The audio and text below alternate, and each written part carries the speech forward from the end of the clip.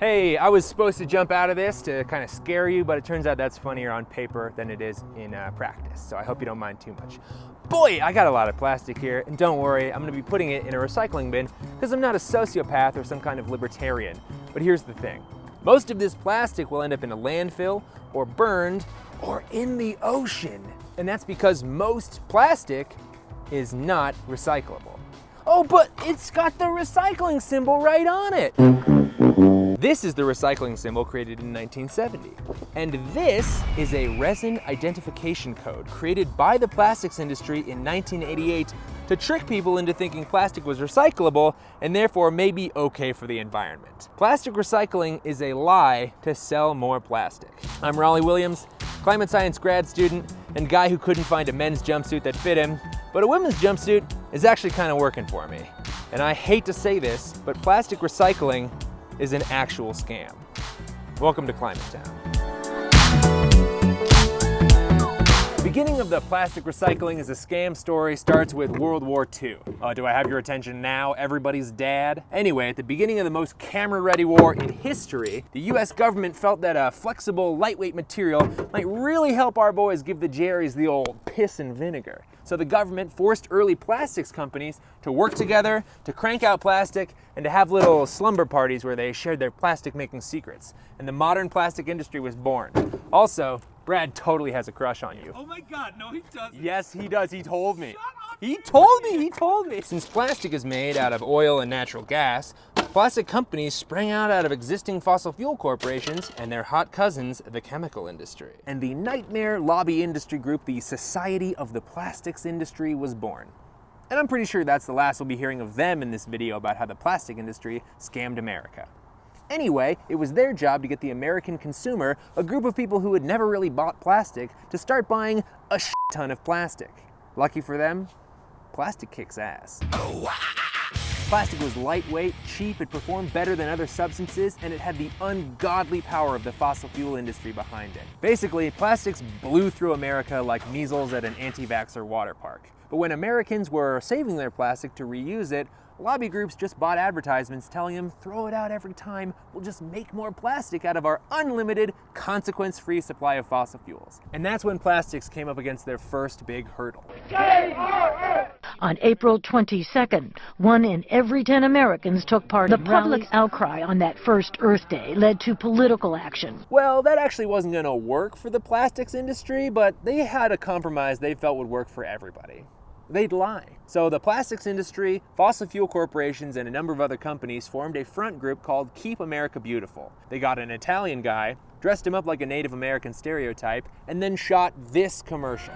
Some people have a deep, abiding respect for the natural beauty that was once this country, and some people don't.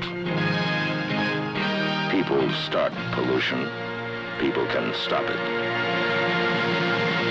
I mean, yes, sure, they could have just easily made their products less disposable, but why do that when you can just spend a few $1 million on an advertisement to convince you it's your fault there's more trash everywhere? And it worked!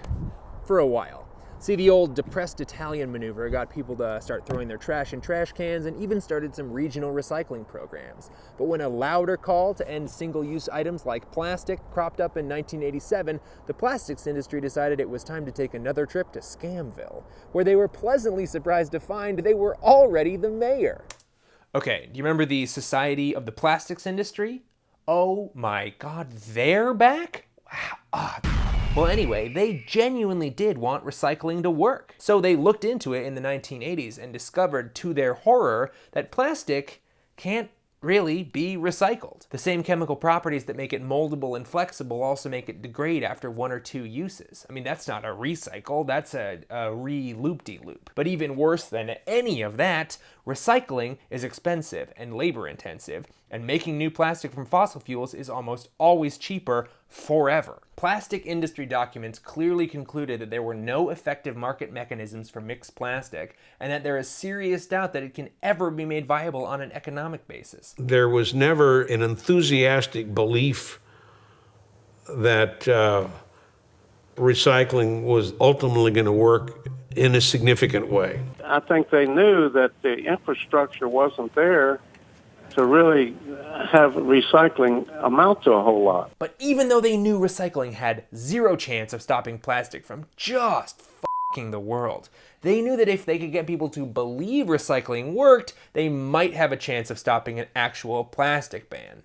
You know what? I'm being too cynical. Do we have like a relevant clip I could roll right here? If the public thinks the recycling is working, then they're not going to be as concerned about the environment.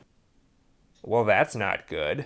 But the old Society of the Plastics Industry had a plan. While most plastic could never be recycled, technically, some plastic could be recycled. So in 1988, they created a front group called the Council for Solid Waste Solutions, and they quietly lobbied nearly 40 states to pass legislation that required a symbol they created be printed on every single piece of plastic produced in America. Enter the Resin Identification Code. Officially, just a way to say what type of plastic the item is made out of. Now, to be clear, this is not a recycling symbol. See, the recycling symbol was public domain as of 1970, so the plastics industry just kind of borrowed it, stuck a number inside, and now it's a completely different symbol. What do you mean it looks like the recycling symbol? Don't you see the number inside? Of the 7 kinds of RICs, only 1s and 2s are commonly taken, and even they have a slim chance of actually being recycled. But the plastics industry has made sure that every single piece of plastic has a recycle symbol on it, except no they didn't, because that's not a recycle symbol, it's a resin identification code, because it's got a number. If the public thinks the recycling is working, then they're not going to be as concerned about the environment. So whenever the environmental movement would build up a head of steam, the plastic industry and fossil fuels would just pour millions of dollars into recycling campaigns until calls for plastic reduction died out. Then they just pull their funding and all the recycling initiatives collapse until it's time to promote recycling again. For all the millions of dollars spent touting the wonders of recycling, only 10% has ever been recycled. Well, damn, Daniel, what are we gonna do? Well, first of all, we gotta stop treating recycle like it's the Beyonce in the Destiny's Child of reduce, reuse, recycle. Beyonce is reduce, reuse, and recycle is the other two. Second, we gotta keep recycling. And I know, I just spent like 8 minutes shitting on recycling, but recyclers are the only people keeping that number at 10% and not 0%. In fact, any percent of a massive amount of plastic is still significant. And finally, we have to stop thinking about this like it's a problem we can solve with a quiet little choice at the grocery store. Legislation got us into this problem, legislation's gotta get us out. We gotta pressure our governments to pass a ban on single-use plastics. How bad is the problem?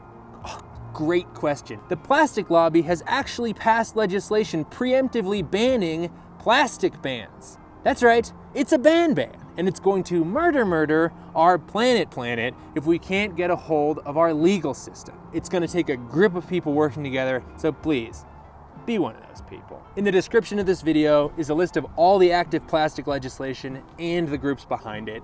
If you have a second, and let's face it, you probably do have a second if you just watched this video, consider clicking on some of these links and joining these places because they need all the help they can get. Thank you so much for watching Climate Town. I'll see you next time.